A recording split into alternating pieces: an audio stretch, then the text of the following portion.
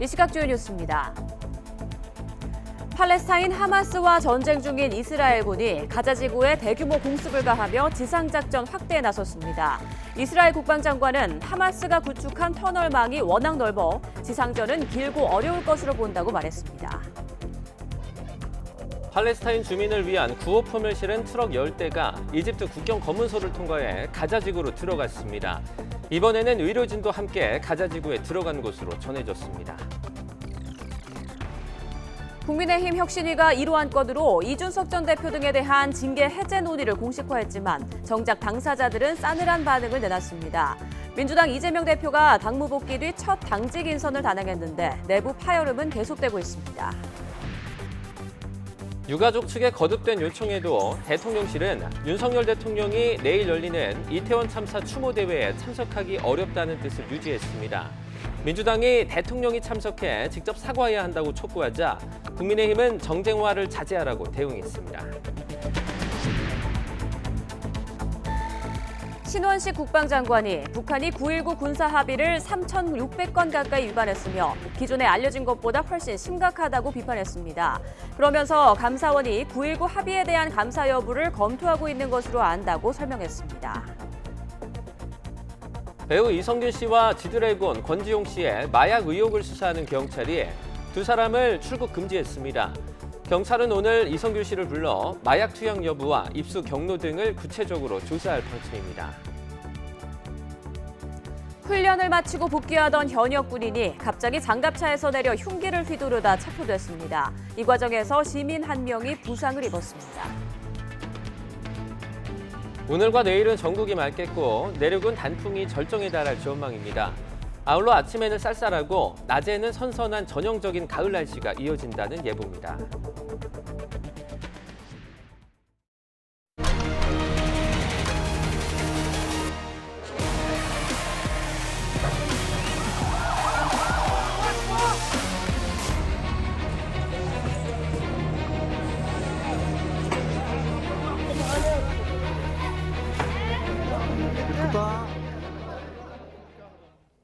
네, 굿모닝 YTN 2부 이어갑니다.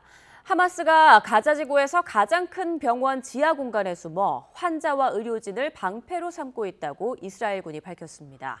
가자 북부를 중심으로 지상작전이 확대된 가운데 대부분의 지역에선 통신이 두절됐습니다. 황보영 기자입니다.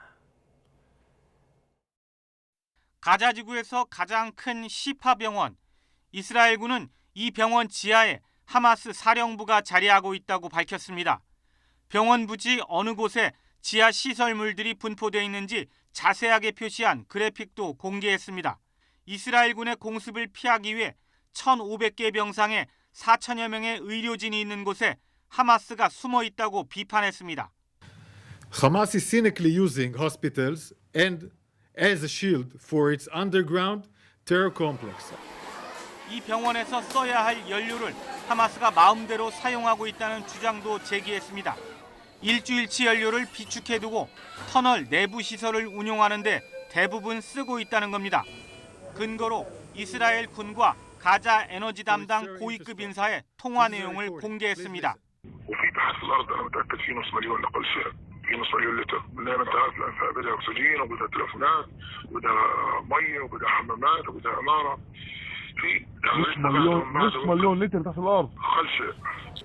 하마스는 가자 지구 병원을 활용하고 있다는 이스라엘 주장은 허위라고 반박했습니다.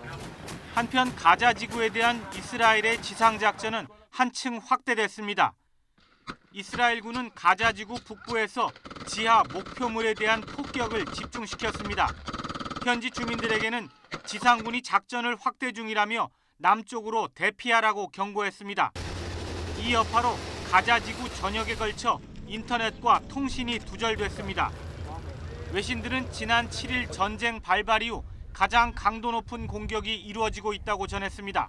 하마스는 국제사회를 향해 이스라엘의 폭격을 멈추기 위해 즉각 행동에 나서달라고 호소했습니다. YTN 황보현입니다.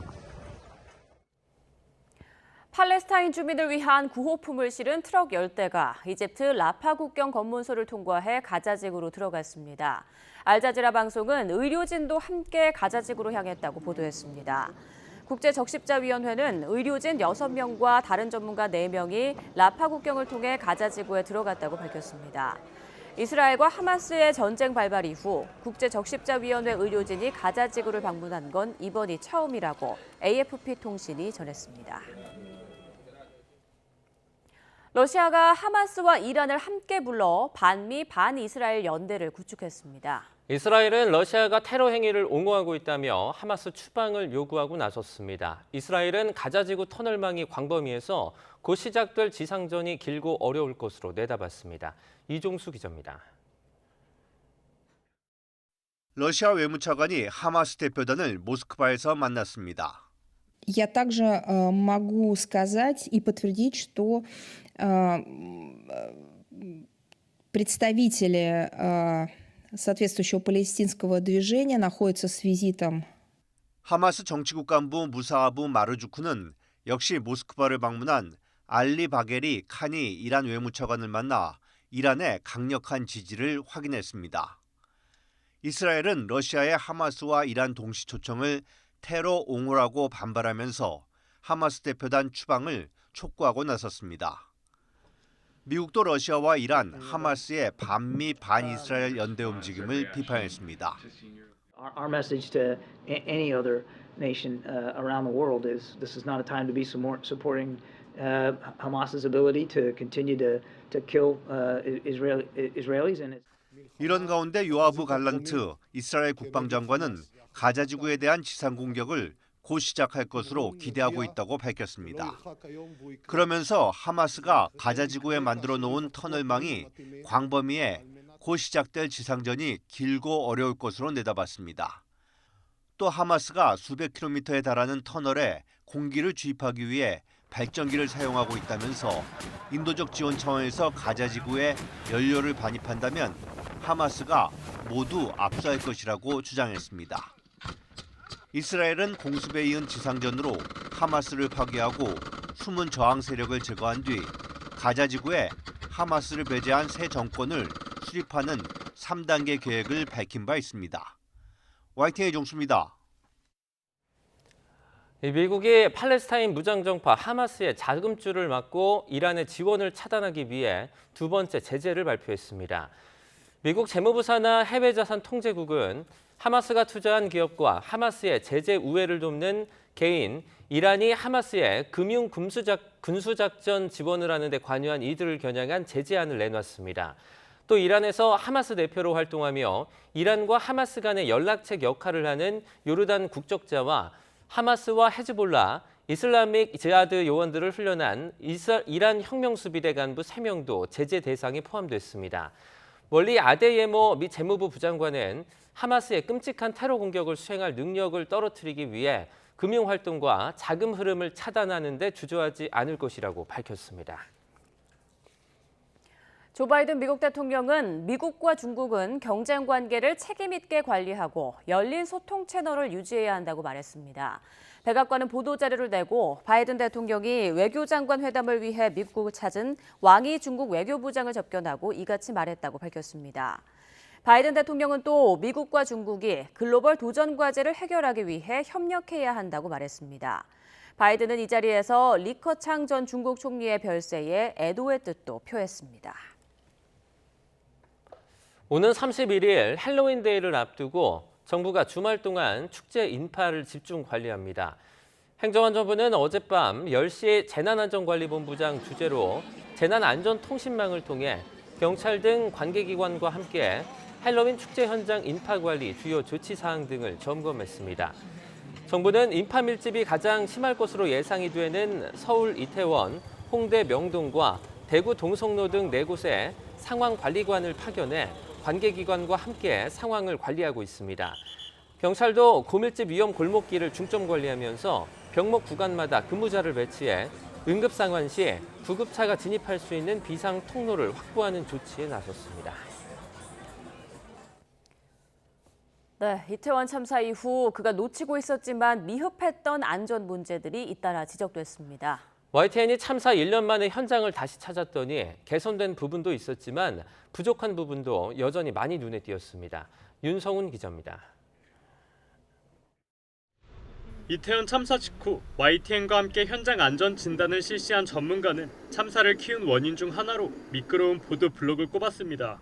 보도블록 자체도 굉장히 울퉁불퉁하죠. 외국이나 이런 데 보면 이런 게 블록 자체가 이런 미끄러운 블록이 아니라 이렇게 약간 이렇게 돌처럼 돼 있어서 미끄러지지 않게 하는 것들로 되어 있는데 여기는 그냥 물만 이제 만약에 뿌려지면은 그냥 쫙 미끄러질 수 있는.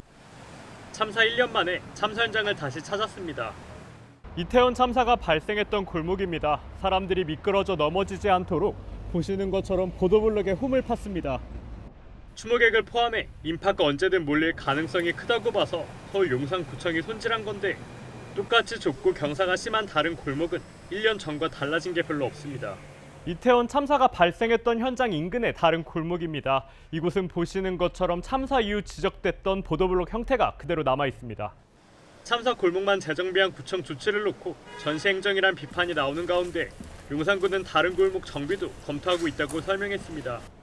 당시 골목 곳곳에 불법 중축 건물이 통행을 가로막아 참사를 유발했다는 분석도 있었습니다. 대표적으로 지적됐던 해밀턴 호텔의 불법 증축물은 그 사이 철거돼 자취를 감췄습니다. 그러나 참사 현장을 내려다보는 곳엔 불법 시설물이 그대로 있고 음식점과 술집에서 세워둔 간판이 보행을 방해하는 모습도 어렵지 않게 찾아볼 수 있습니다. 이에 대해 구청은 안전에 위해를 줄 위반 사항에는 매년 이행 강제금을 물리겠다며 남아있는 위반 건축물에 대해서도 고발 조치했다고 밝혔습니다.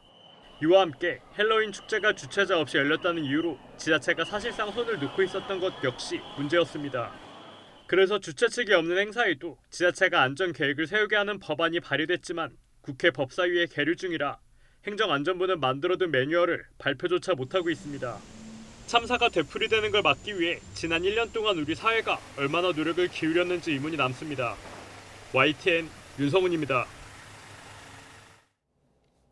국민의힘 인효한 혁신위원회가 공식 출범 하루 만에 첫 회의를 열고 당내 화합을 위한 대사면을 1호 안건으로 논의하겠다고 밝혔습니다.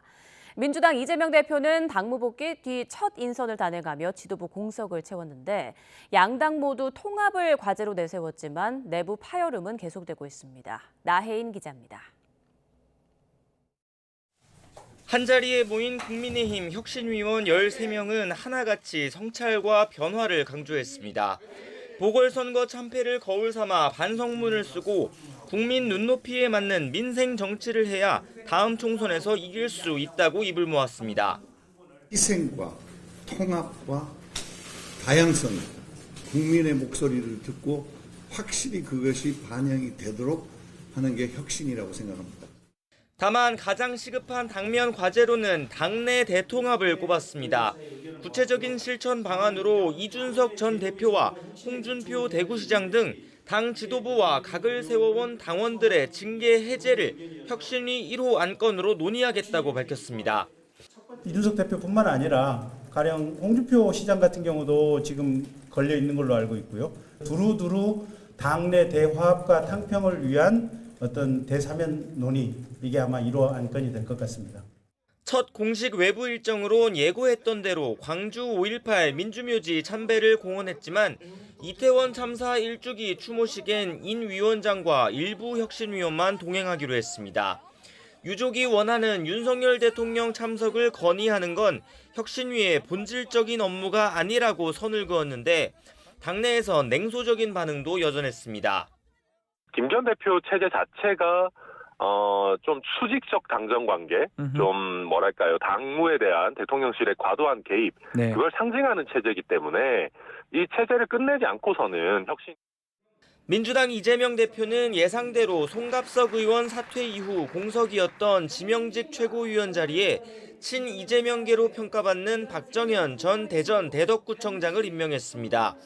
신임 정책위 의장엔 지난 대선 후보 경선 때 이낙연 전 대표를 도왔던 호남 3선 이계호 의원을 임명하며 지역 안배와 통합을 도모했다고 설명했지만 신임 정책위 의장 같은 경우에는 지난 대통령 후보 경선 때 이낙연 후보를 지지했던 분이시죠. 뭐 그런 관점에서 본다면 상편책이라고 보는 게. 당장 비명계에선 이 대표가 동지의 가슴에 비수를 들이댔다는 거센 반발이 터져나왔습니다. 최고위원으로 임명된 박 전 구청장이 내년 총선 때 비명계 박영순 의원 지역구에 출마 의사를 밝힌 인물이기 때문입니다. 의결권 있는 최고위원 비명계 줬어야 됐다는 지적이 있는데 어떻게 생각하세요? 그분이 친명입니까? 저도 잘 모르겠는데.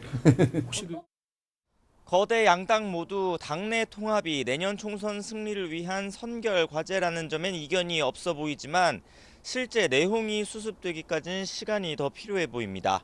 YTN 9입니다. 국민의힘 혁신위원회가 당내 징계에 대한 대사면을 1호 안건으로 정한 것을 두고 그 대상으로 언급된 이준석 전 대표와 홍준표 대구시장은 적절치 않다고 비판했습니다. 이준석 전 대표는 어제 SNS에 올린 글에서 당권을 장악하기 위해 있던 무리한 일을 공개적으로 지적하고 반성하게 하는 것이 혁신위 일인데 아량을 베풀듯이 하고 있다고 지적했습니다. 홍 시장 역시 SNS에 올린 글에서 사면은 바라지도 않는다며 장난도 아니고 그런 짓은 하지 말라고 요구했습니다. 그러면서 자신은 김기현 지도부와는 연을 끊은 지 오래됐다며 총선 후 바뀐 정치 지형에서 새롭게 정치를 시작하면 된다고 주장했습니다. 전국 언론노조 대표단이 국회를 찾아 윤석열 정부의 언론 정책에 대한 우려를 전달했습니다. 여당 지도부에는 방송 3법의 조속한 처리와 YTN 공기업 지분 매각과 관련한 국정조사 협조를 촉구하는 서한을 전달했고 야당과는 간담회를 열었습니다. 손효정 기자입니다. 언론 노조위원장과 YTN, KBS와 MBC 등 노조 대표자들이 국민의힘 김기현 대표의 국회 사무실을 찾았습니다. 윤석열 정부의 언론 탄압에 대한 우려를 전달하겠다며 김 대표 면담을 요청했지만 대표실 문턱을 넘지는 못했습니다. 언론 노조에서 왔는데요. 못 만나시면 못 만나는 이유가 뭐예요? 노조는 여당이 1년 넘도록 면담 요청을 묵살해왔다며 대신 요구사항을 담은 서한을 전했습니다. 공영방송 지배 구조를 개편하는 방송 3법의 본회의 처리와 함께 YTN 지분 매각 과정의 의혹을 규명하기 위한 국정조사 협조도 촉구했습니다. 계시는데 비서들이 맡고 있고요. 변화와 반성은 언론 장악 중단에서부터 시작하시길 바라고 방송법 처리에 협조하시고 YTN 불법 매각과 관련한 진상규명. 곧이어 언론노조는 민주당 지도부와 간담회를 열고 언론인에 대한 이딴 압수수색을 규탄하고 방송의 독립성과 공정성을 확보할 방안을 논의했습니다. 민주당은 다음 달 9일 본회의에서 방송 3법을 반드시 처리하겠다고 강조했습니다. 소수 야당 그리고 무소속 의원까지 함께 다수가 통과시킬 이 방송 3법에 대해서 거부권을 행사하지 않았으면 좋겠습니다. 수정 제안을 한다면 아직까지 열려 있습니다. 앞서 국민의힘이 방송 3법의 본회의 직회부 과정을 문제 삼으며 헌법재판소에 제기한 권한쟁의 심판 청구도 기각된 상황. 하지만 여당은 사회적 합의가 이뤄지지 않았다며 방송 3법이 본회의 안건으로 상정되면 무제한 토론, 필리버스터로 맞불을 놓겠다는 방침입니다. 저희들은 필리버스터를 할 수밖에 없고 또 이 법의 문제점을 국민들께 알릴 수밖에 없습니다. 방송법도 마찬가지입니다. 민주당이 방송 3법의 강행 처리를 예고한 가운데 KBS 사장 후보자 인사청문회 등도 이어지는 만큼 언론 장악 공방을 둘러싼 여야 갈등의 골은 더 깊어질 전망입니다. YTN 손효정입니다.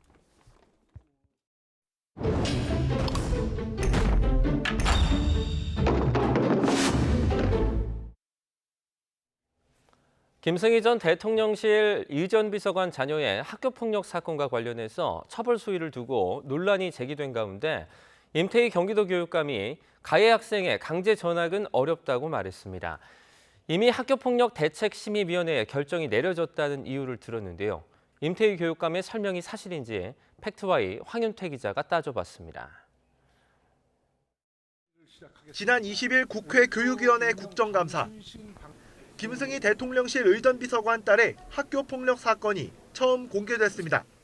3학년 여학생이 2학년 후배 여학생을 화장실로 데리고 가서 리코더, 주먹 등으로 머리와 얼굴, 눈팔 등을 때려 전치 구두상해를 입힌 폭행 사건입니다. 대통령실은 폭로 7시간 만에 김 비서관의 사표를 수리합니다.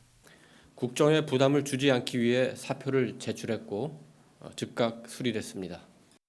하지만 처분 수위 때문에 논란은 이어졌습니다. 지난 5일 내려진 학교폭력대책심의위원회의 최종 판단은 전학 바로 아래 단계인 학급 교체, 심각성과 지속성, 고의성, 반성, 화해 정도 이렇게 5가지 심사 기준에서 판정 점수 합계가 16점을 넘어야 전학 조치가 내려지는데 김 전 비서관 자녀는 15점이었습니다. 폭력의 지속성 항목에서 1점만 부과된 것이 처분 수준을 가르는 결정적 요인이었습니다. 피해 학생 측은 신고 당시엔 2건의 폭행 사실을 신고했습니다. 하지만 학폭위에 출석해서는 7월 17일 방과 후 수업 앞뒤로 2건의 폭행이 있었다며 모두 3건의 폭행 사실을 주장했는데 반영되지 않았습니다. 피해 학생 측은 3학년인 가해 학생의 반을 바꾸는 것이 2학년이 피해 학생을 보호하는 데 아무 의미가 없고 2, 3학년 교실이 한 층에 있어 분리 조치도 기대할 수 없다고 반발했습니다. 국정감사장에서 이 문제가 다시 제기되자 임태희 경기도 교육감은 학폭위 결정이 내려진 이상 전학 조치는 어려워졌다고 설명했습니다. 이제 3차례 학교 폭력이 있어도 아마 1점을 준 사례들이 있어서 그렇게 했다고 이제 보고를 지금 현재로서는 그 강제 전학까지는 그 조처가 어렵게 지금 사실은 진행이 돼 왔습니다. 그래서 학교 폭력 처리 가이드북을 찾아봤습니다. 임 교육감 말대로 한 번 학폭위에서 결정된 사안에 대해 불복해 다시 학폭위를 열 수는 없습니다. 그렇지만 피해 학생과 가해 학생 모두 이의가 있을 경우에는 90일 안에 시도교육청 행정심판위원회에 행정심판을 청구할 수 있습니다. 행정심판에서 피해 학생 측 입장이 반영된다면 학폭위에서 내려진 처분도 달라질 수 있다는 뜻입니다. 다만 행정심판에서 피해 학생 주장이 받아들여진 경우는 20% 정도였습니다. 피해 학생 측 변호인은 법원에 행정소송을 내는 것도 검토하고 있습니다. 취소하고 싶으면 행정심판이나 행정소송 통해서 거기서 이겨서 와라라는 이야기잖아요. 전학을 가려면 더 맞았어야 된다라는 이야기를 하는 건지 도대체 얼마만큼의 피해가 있어야지. 따라서 학폭위가 끝나 김승희 전 비서관 자녀에게 전학 조치를 내릴 수 없다는 임태희 교육감의 발언. 학폭위의 재심은 없지만 행정심판 등의 절차는 남아있기 때문에 절반의 사실로 판정합니다. YTN 황윤태입니다. 마약 투약 의혹 사건을 수사하는 경찰이 오늘 배우 이성균 씨를 불러 마약 투약 경위 등을 조사합니다. 인천경찰청 마약범죄수사계는 오늘 오후 마약류관리법 위반 혐의를 받는 이 씨를 불러 조사할 계획이라고 밝혔습니다. 경찰은 대마와 마약류 등을 투약한 혐의를 받는 이 씨를 상대로 간이 시약 검사를 통해 투약 여부를 확인하고 마약 입수 경로와 투약 경위 등을 캐물을 방침입니다. 경찰은 이들이 국내에 체류하는 사실을 확인하고 법무부를 통해 출국 금지 조치를 내렸고 핵심 인물로 꼽히는 유흥업소 실장 A씨의 휴대전화를 압수해 디지털 포렌식을 의뢰했습니다. 어제 오전 경기도 파주시 조리읍에서 군인 한 명이 흉기난동을 벌이다가 경찰에 붙잡혔습니다. 이 군인은 훈련에서 복귀하던 군용 차량에서 갑자기 뛰어내려 차량에 타고 있던 시민들을 위협한 것으로 확인됐습니다. 인근 기갑부대 소속인 군인 A씨는 흉기를 들고 시민들에게 차 키를 내놓으라며 협박한 것으로 파악됐습니다. 군 관계자는 훈련 도중에 이 같은 사건이 발생한 것에 대해서 안타깝게 생각한다며 사건 조사 결과가 나오는 대로 엄정히 처리할 예정이라고 밝혔습니다. 자신이 담임을 맡은 학급 학생들을 강제추행한 30대 초등학교 교사가 구속됐습니다. 피해 학생 측은 해당 교사가 뮤직비디오를 보여주겠다고 유인했다고 주장했는데 법원에 출석한 교사는 죄송하다는 말을 남겼습니다. 안동준 기자입니다. 초등학생들을 강제 추행한 혐의로 학교에서 긴급 체포된 30대 교사 A씨. 검은 모자를 눌러 쓴 채 구속 전 피의자 신문을 받기 위해 경찰 손에 이끌려 법원에 출석했습니다. 강제추행 혐의 인정하십니까? 왜 그랬나요? 저는 학급이다. 법원은 구속 필요성이 있다고 보고 A씨에 대한 구속영장을 발부했습니다. 피해자들은 모두 A씨가 담임으로 있는 학급 학생들로 현재까지 여학생 11명 가운데 8명이 피해를 호소했습니다. 피해자 측은 A씨가 뮤직비디오를 보여주겠다며 학생들을 유인했고 주로 방과 후나 체육 시간에 다른 학생들의 눈을 피해 범행을 저질렀다고 주장했습니다. 2년 전 해당 학교에 발령받은 A씨는 지난해에도 다른 학급에서 담임을 지냈습니다. A씨는 범행 사실을 대부분 인정한 가운데 이전에도 다른 학생들을 추행한 적 있느냐는 질문에는 답을 피했습니다. 혹시나 학교에서도 또 범행한 사실이 있습니까? 죄송합니다. 그러나 경기도교육청은 피해자들이 어린 학생이라 피해 사실을 쉽게 털어놓기 어려울 수 있다고 보고 A씨가 지난해와 올해 담임을 맡았던 학급 학생을 상대로 전수조사에 나섰습니다. 경찰은 피해를 입은 학생이 더 있는지 등을 조사한 뒤 A씨를 검찰에 넘길 방침입니다. YTN 안동준입니다. 국민연금 개혁안을 준비해온 정부가 어제 정부 최종안을 발표했습니다. 보건복지부는 국민연금 개혁안에서 노후소득 보장 강화와 세대 형평, 재정 안정화 등 5가지 개혁 방향을 제시했지만 구체적인 수치는 제안하지 않았습니다. 먼저 가입자가 내는 돈을 의미하는 보험료율에 대해서는 기금 고갈을 우려해 인상이 불가피하다면서도 인상 수준에 대해선 공론화가 필요하다고 밝혔습니다. 그러면서 세대별 형평성을 고려해 세대별로 보험료율을 차등 적용하는 방안을 제안했습니다. 정부 국민연금 개혁안은 국회에 제출돼 향후 국민연금 특위에서 본격적으로 논의하게 됩니다. 정부가 발표한 국민연금 개혁안에 대해서 시민노동단체들은 일제히 알맹이 없는 안이라고 비판했습니다. 공적연금 강화 국민행동은 핵심적인 숫자는 없고 논의가 필요하다는 말만 반복하고 있는 맹탕 개혁안이라며 정부는 연금 개혁의 책임을 회피하고 있다고 비판했습니다. 참여연대도 정부 개혁안은 노후보장 청사신이 없는 빈수레라며 소득 대체율에 대한 구체적인 제시 없이 모호한 추진 방향만 제시했다고 주장했습니다. 한국노총과 민주노총은 공동성명을 통해 핵심 내용 없이 오히려 국민연금 제도를 망치는 설익은 내용을 포함하는 등 한마디로 엉망 그 자체였다고 깎아내렸습니다. 은행권 대출 평균 금리가 석 달 만에 상승세로 돌아섰습니다. 주택담보대출 금리도 4개월 연속 오름세를 이어가고 있는데 가계의 빚 부담 우려도 커지고 있습니다. 엄윤주 기자입니다. 기준금리가 연 3.5%로 10달째 묶여있지만 대출금리는 석 달 만에 다시 상승세로 돌아섰습니다. 지난달 예금은행의 전체 대출 평균금리는 연 5.17%로 직전달보다 0.07%포인트 올랐습니다. 특히 주택담보대출 금리는 지난 6월 이후 넉 달 연속 상승 흐름을 이어가고 있습니다. 이 가운데 은행채 금리를 기준으로 삼는 고정형 금리의 상승폭이 변동형 금리보다 더 컸습니다. 주요 지표 금리가 오른 데다 은행들의 자금 확보 노력으로 수신금리가 상승한 영향이 컸습니다. 9월 중 예금은행의 대출금리는 CD, 은행채 등 주요 지표금리가 오르면서 상승하였습니다. 정기예금 우대금리 확대 등으로 반영이 되면서 대출금리에도 간접적으로 영향을 미친 것으로 나타났습니다. 특히 지난해 말 판매했던 예금과 적금 상품의 만기가 도래하면서 은행의 수신 경쟁은 더욱 치열해졌습니다. 고객의 예적금을 끌어당기기 위해 예금 금리도 직전달보다 끌어올린 겁니다. 저축성 수신 평균은 연 3.81%로 지난 1월 이후 최고 수준입니다. 미국 채권 시장에서의 금리 상승 그리고 우리나라의 인플레이션 관련된 추가적인 금리 상승 압력이 존재하고 있는 상황이어서 예적금을 포함해서 대출 금리 역시 상승할 압력을 받고 있는 것으로. 이처럼 대출금리보다 예금금리가 더 오르면서 예대금리 차는 8월보다 0.09%포인트 축소된 1.36%로 한 달 만에 내림세로 전환됐습니다. YTN 엄윤주입니다.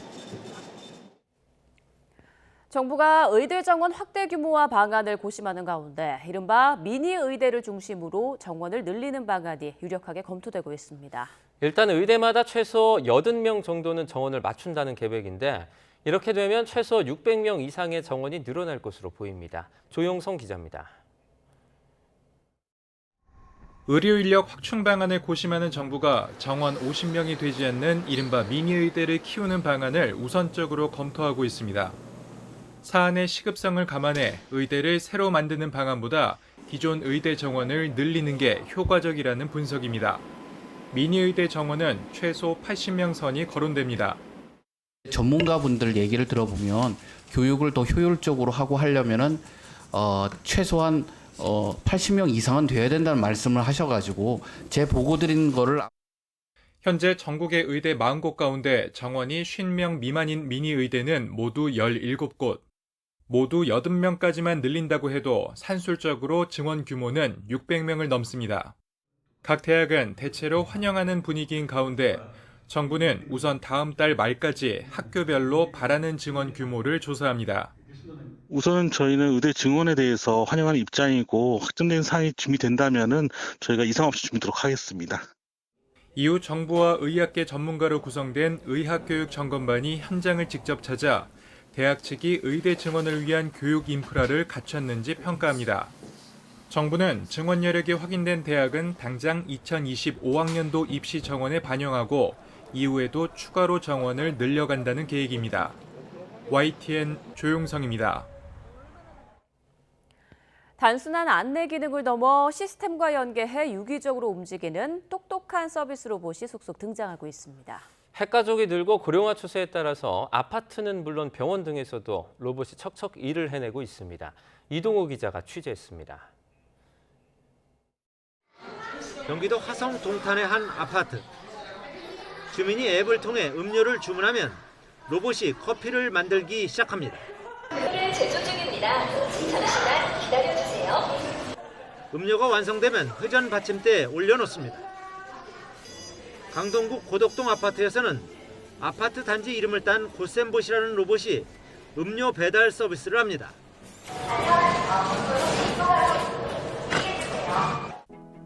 의료 폐기물 소각장에서는 로봇이 한 번에 20kg까지 들어올릴 수 있으며 카메라를 통한 시각적 정보를 바탕으로 폐기물 포장 용기 9가지를 자동으로 분류합니다. 로봇은 시간당 900kg을 처리하는데 이는 사람에 비해 200kg 많은 수준입니다. 로봇 도입을 통해 의료 폐기물 처리 과정의 운영 효율성을 높일 수 있었습니다. 그러나 더 중요한 건 폐기물 처리 과정에서 생길 수 있는 2차 세균 감염을 막는 등 근로자 안전을 높였다는 데 더 큰 의미가 있겠습니다. 경기도 용인의 한 대학병원. 안내 로봇이 위치 안내와 야간 순찰을 하고 이송 로봇이 혈액이나 수술 도구, 의료품 등을 옮겨줍니다. 로봇이 사람을 대체함으로써 병원 직원들은 본연의 업무 또는 환자 케어에 더 집중을 할 수 있게 되는 그런 장점이 있습니다. 또한 환자나 보호자분들도 로봇을 되게 친근하게 여겨주시면서 병원 생활이 조금 더 편안하고 재미있게 느껴지게 되는 그런 효과도 있었습니다. 서로 다른 6종의 로봇 10여 대를 운영 중이지만 충돌 없이 작동하는 것은 통합 관제 솔루션을 국내 처음으로 도입했기 때문입니다. 저희 AI 로봇의 통합 플랫의 특징은 다수의 제조사의 로봇을 병원에 통합 운영하여 서로 다른 로봇의 충돌 미연에 방지하고 병원 시스템과 로봇을 연동하여 의료진과 환자들에게 실질적으로 도움을 줄 수 있다는 데 의미가 있습니다. 이처럼 사회 곳곳에서 로봇의 활용이 급증하면서 전 세계 서비스 로봇 시장 성장세가 연평균 20%가 넘어 2027년에는 189조 원 규모에 달할 것이란 전망입니다.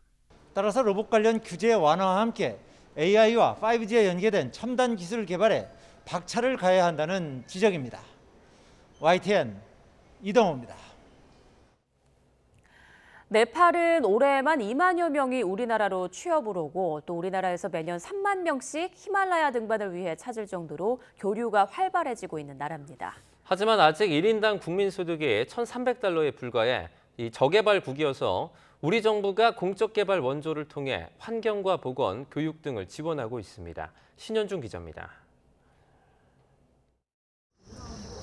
히말라야로 들어가는 관문인 네팔 포카라시. 임시 쓰레기 매립장이 들어서면서 환경 오염은 물론 악취로 주민들의 민원이 끊이지 않습니다. 우리 정부는 문제 해결을 위해 포카라시 130여 개 지역사회를 중심으로 폐기물 재활용 역량 강화 사업을 지원하고 있습니다. 음식 찌꺼기를 이용해 비료를 만들거나 쓰레기 분리수거에서 나온 페트병을 재활용하는 방식 등인데 소득과 함께 일자리까지 창출합니다. 1년에 페트병 1,200톤을 처리하는 이 재활용 업체는 환경 보호에 더해 4,000톤의 탄소 배출 저감 효과까지 얻고 있습니다. Plus, we are also working on the environmental aspects as we are collecting the bottles from various parts of the Himalayas, also including the rivers and the lakes. 섬유 폐기물을 재활용해 지갑이나 장식품을 만들기도 하는데 주로 우리나라와 타이완 등지로 수출합니다. यो हाम्रो जस्तो थर्ड वर्ल्डको देशहरूमा पनि एडभान्स सिटीहरूमा जस्तै गरेर हामीले फोहोर मैलाको व्यवस्थापन यसरी गरेका छौँ भएर त्यो एउटा अन्तर्राष्ट्रिय समुदायलाई पनि देखाउने खालको एउटा हाम्रो त्यो ग्रिन भेन्चर जोन बन्न सक्छ. 한국에서 일하다 돌아온 노동자를 위한 재정착 사업도 지원하고 있습니다. 네팔은 고용 허가제를 통해 우리나라에 가장 많은 노동자를 보내는 나라인데 올 한 해에만 2만여 명이 입국했습니다. K-팝과 드라마의 영향으로 코리안 드림을 꿈꾸는 젊은이가 늘고 있는 겁니다. 사우디나 다른 나라 할 때 월급도 적게 됐고 또 이게 일도 좀 힘든 것도 있고 한국에는 지금 여기서부터 회사 정해서 했기 때문에 또 월급도 많이 받고 약간 문화도 네팔이나 한국 좀 비슷한 것들이 많이 있었거든요. 의료와 교육, 농업기술 개발에도 우리 정부는 올해 공적 개발 원조 150여억 원을 투입해 네팔을 지원하고 있습니다. 네팔은 1인당 국민소득이 1,300불밖에 안 되는 저개발국입니다. 2026년에 최저개발국 졸업을 앞두고 있습니다. 외부에서 개발협력 지원이 아주 많이 필요한 원조를 받던 나라에서 글로벌 중추국가로 거듭난 우리의 개발 경험도 공유하면서 히말라야의 나라 네팔에 한국의 성공 DNA를 심고 있습니다. YTN 신현주입니다. 제주도 서귀포시 지역을 중심으로 가을 가뭄이 나타나고 있는데요. 당분간 비 소식이 없어서 이 가뭄이 제주 전역으로 퍼질 수 있다는 우려가 커지고 있습니다. KCTV 제주방송 김지우 기자입니다. 3,200제곱미터 규모의 마늘밭입니다. 수일째 비가 내리지 않으면서 토양 곳곳이 메말랐습니다. 스프링클러로 물을 뿌려보지만 이마저도 농업용수가 한정돼 있어 임시 방편에 불과합니다. 지난달 파종을 마친 인근 월동무밭도 상황은 마찬가지입니다. 무가 한창 자라야 할 시기인데 토양 수분이 크게 줄어 생육 관리에 비상이 걸렸습니다. 비가 안 와서 좀 큰일 났습니다. 비 온 것보다야 나쁘죠. 관정물이 하늘에서 비가 내려와야 모든 농작물이 좋습니다. 지난달 하순부터 이달 중순까지 제주 지역 평균 강수량은 30mm로 평년보다 90mm 적었습니다. 특히 서귀포 지역은 14mm로 평년 대비 120mm, 고산 지역은 13mm로 61mm 덜 내렸습니다. 농경지 토양 수분 조사 결과 32곳 중 서귀포시 중문동, 안덕면 감산리, 표선면 세화리 등 7곳이 초기 가뭄 상태인 것으로 나타났습니다. 다음 달 초까지 제주 지방에 비 예보가 없어 전 지역으로 가뭄이 확대될 수 있다는 우려가 커지고 있습니다. 가을 가뭄 확산에 대비해 농작물 관리에도 각별한 주의가 요구되고 있습니다. 최근 이상기후로 인해서 가을 가뭄이 나타나고 있습니다. 지역별로 강수량 편차가 크기 때문에 초기 가뭄이 나타나는 그러한 지역에서는 적극적인 토양 수분 관리로 농작물 피해를 최소화하는 데 노력해 주셔야. 올여름 유난히 잦았던 폭염과 폭우에 이어 가을 가뭄까지 발생하면서 농심이 까맣게 타들어가고 있습니다. KCTV 뉴스 김지우입니다. 그제 오후 강원과 경기, 충북 등 중부 지역을 중심으로 우박이 쏟아지면서 곳곳에서 피해가 속출했는데요. 특히 수확을 앞둔 농작물 피해가 컸습니다. 홍성욱 기자가 보도합니다. 요란한 가을비와 함께 우박이 쏟아졌습니다. 피해는 농촌 마을에서 컸습니다. 푸릇푸릇 다 자란 배추밭. 멀리서 보면 크고 실한 배추가 가득한데 자세히 보면 잎이 모두 찢어졌습니다. 배추밭 전체가 엉망이 됐습니다. 수확을 불과 일주일밖에 남겨놓지 않은 상황에서 이 우박 피해를 입었습니다. 배춧잎에 구멍이 이렇게 뻥뻥 뚫렸는데 성한 잎이 남아있지 않습니다. 수천 포기 배추 농사가 수포가 된 상황. 김장철을 맞아 수확 준비를 하던 농민은 가슴이 답답합니다. 세상에 우박이 그냥 뭐라 그럴까 콩알보다 더 그려. 그런 우박이 그냥 뭐 퍼붓기 시작했는데 한 15분 정도 퍼붓더라고. 그러니 뭐가 남아나겠어요. 과수원도 피해가 큽니다. 주렁주렁 탐스럽게 달린 사과는 우박에 맞아 상처 투성이가 됐습니다. 거의 1시간 동안 내렸다 그쳤다를 반복했는데 달려 있는데 뭐 찢기거나 뭐 멀쩡해 보여도 또 이렇게 돌려보면서 이렇게 만져보면 푹 파인 데가 있고 그렇죠. 비닐하우스는 구멍이 뚫려 더는 사용할 수 없게 됐습니다. 소 럼피스킨병 확산으로 출하를 못해 애를 먹는 축산 농가도 축사 지붕에 구멍이 뚫려 이중고를 겪고 있습니다. 구멍이 다 뚫려가지고 비가 지금 다 새거든요. 이걸로 다 축사로다 그게 비가 다 들어가가지고 지금 축사 바닥이 아직 지금 말도 아니래요. 수확을 코앞에 두고 강원과 경기, 충북 등 중부지방을 중심으로 쏟아진 우박. 농작물은 초토화됐고 농심은 멍들었습니다. YTN 홍서욱입니다.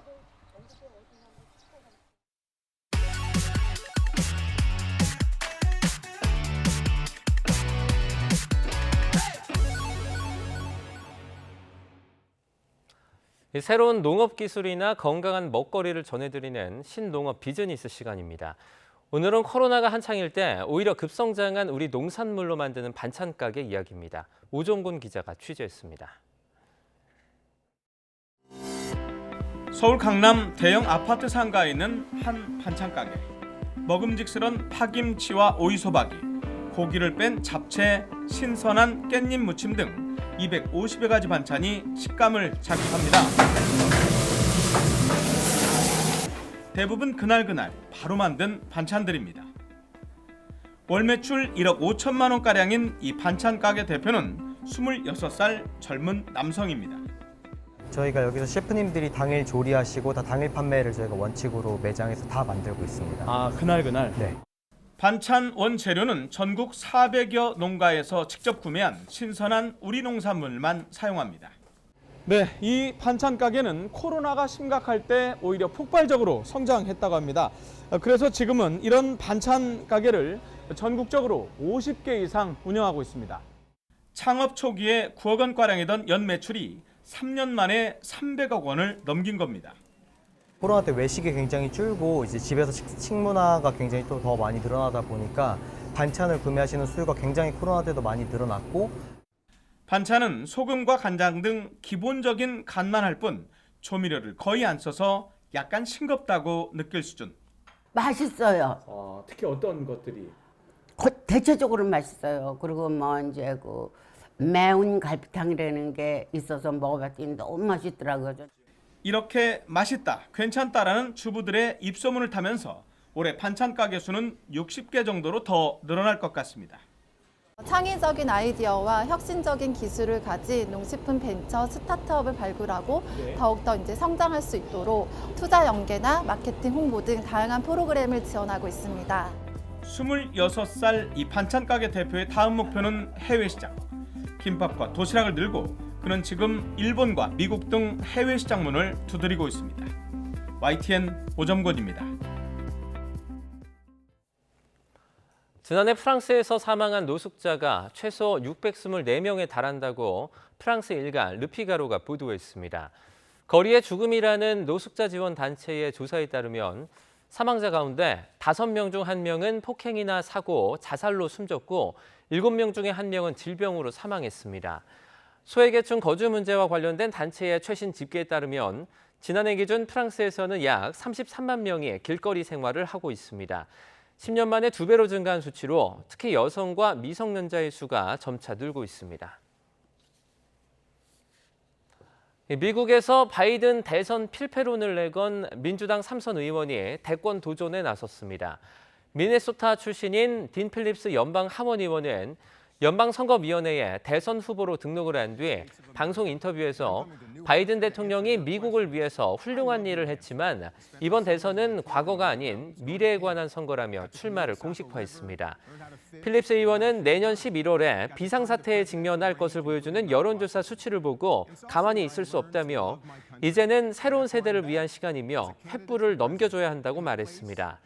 하지만 미국 언론들은 인지도가 부족한 필립스 의원의 출마는 상징적일 뿐 대세에 큰 영향은 없을 것으로 보고 있습니다.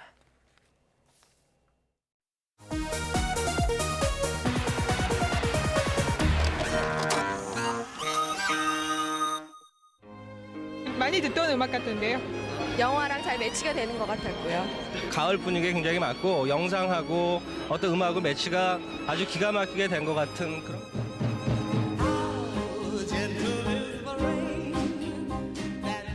흘러간 팝 음악을 찾아라. 최근 우리 영화 사운드 트랙에는 70년대를 전후한 팝 음악들이 약방의 감초처럼 빠지지 않고 들어갑니다. 영화 접속에 사용된 말 그대로 올디스한 팝 음악들이 최근 신세대 관객들로부터 폭발적인 반응을 얻고 있기 때문입니다. 연일 흥행 기록을 갈아치우는 영화 친구의 돌풍은 극장 밖에서 더욱 세게 몰아치고 있습니다. 기껏해야 한 달에 한두 명이 찾았던 프랭크 시나트라의 마이웨이 음반도 영화 속 준석이 덕분에 요즘 웬만한 레코드사엔 품절입니다.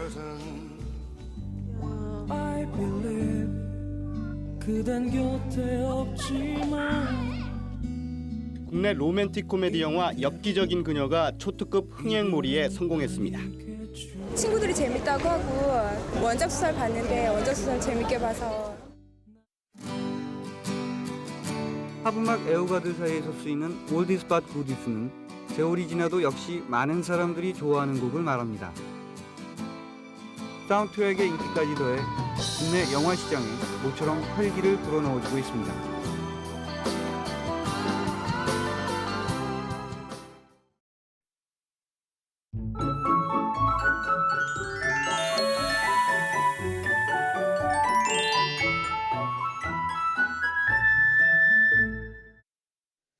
이른 아침 집을 나서는 분들은 안개 주의하시길 바랍니다. 현재 곳곳에서 200m 앞도 내다보기 힘든데요. 차간 간격 넉넉히 두시고 안전운전 해주시길 바랍니다.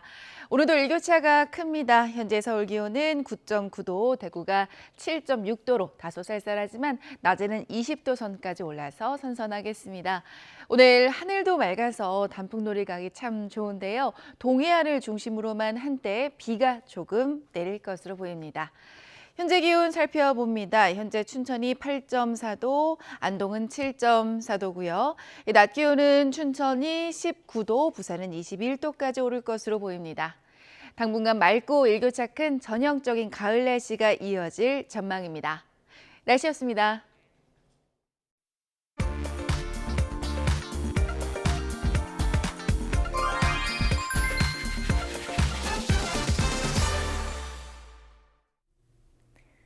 이번 주말에도 월악산과 지리산 등 단풍이 절정인 곳을 찾아 떠나시나요? 아침엔 많이 쌀쌀하긴 하지만 눈이 즐거운 주말이라 지난 주말보다 교통량은 2, 3만 대가량 증가하겠습니다.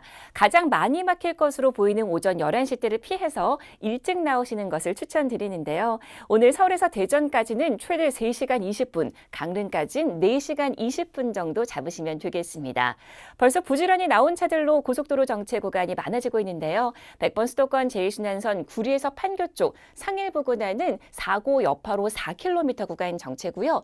강을 일대 보니까 지금 판교 방향 2차로에도 차량들이 서 있는 것으로 보입니다. 전방 잘 살펴주시고요. 여기서 60번 서울 양양선 타신다면 외곽 쪽 벌써 10km 구간 화도 앞두고 막히는데 오늘 60번 고속도로는 5시 40분대부터 정체가 시작됐습니다.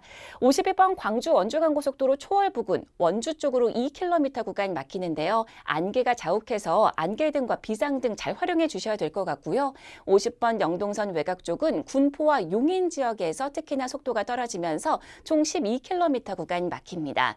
15번 서양고속도로 외곽 쪽은 안산에서 순산터널, 또 서해대교 중심으로 앞차와의 간격 좁아지고 있고요. 1번 경부선 부산 쪽은 남사 부근에서 속도가 떨어지는데 역시 안개 구간에 주의가 필요합니다. 모든 좌석 안전띠 잊지 마시고요. 고속도로 교통방송이었습니다. 네, 굿모닝 YTN 2부 마칩니다. 잠시 후 3부가 이어집니다. 시청해주신 여러분 고맙습니다.